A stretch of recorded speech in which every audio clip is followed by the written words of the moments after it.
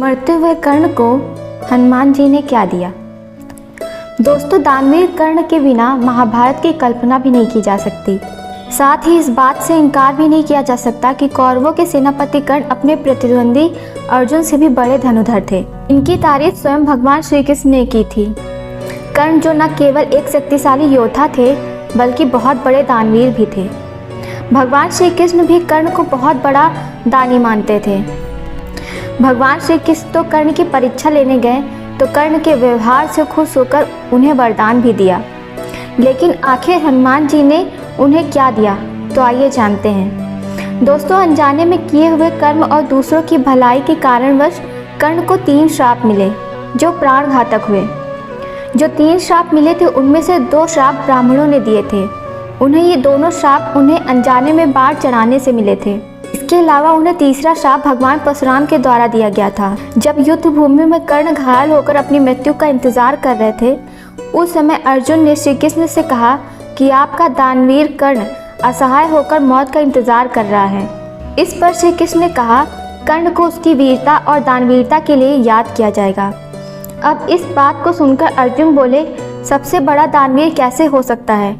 इस बात को साबित करने के लिए भगवान श्री कृष्ण ने ब्राह्मण का वेश बनाकर कर्ण को प्रणाम किया।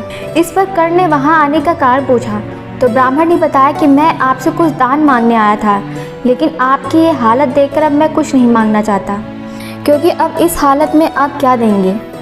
यह बात सुनकर पास पड़े पत्थर से कर्ण ने अपने सोने के दांत को तोड़कर ब्राह्मण को दे दिया।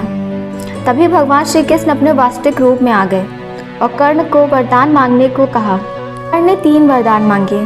पहले वरदान के रूप में अपने साथ हुए अन्याय को याद करते हुए भगवान श्री कृष्ण से अगले जन्म में उनके वर्ग के लोगों का कल्याण करने को कहा, और दूसरे वरदान के रूप में भगवान श्री कृष्ण के राज्य में जन्म लेने को मांगा, और तीसरे वरदान के रूप में अपना अंतिम संस्कार ऐसा कोई करे जो पाप मुक्त हो।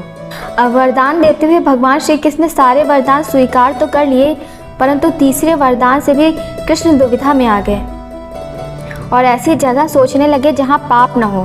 परंतु भगवान श्री कृष्ण को ऐसा कोई जो पाप मुक्त हो वो समझ नहीं आया।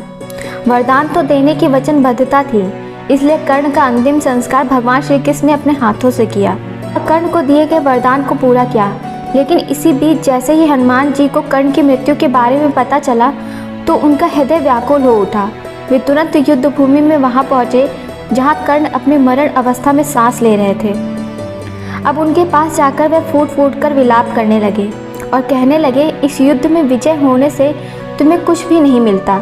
श्री वासुदेव के होते हुए भी विजयी हो जाते तब भी तुम कंगाल ही हो जाते। इसलिए विजय पर पांडवों का ही अधिकार था। तुम लेने के लिए प्रसिद्ध नहीं हो, तुम तो देने के लिए प्रसिद्ध हो।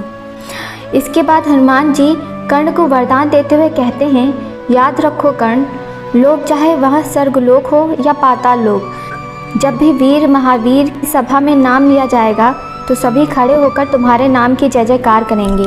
दोस्तों, आपकी वीडियो के बारे में क्या राय है कमेंट के माध्यम से ज़रूर बताएं। धन्यवाद।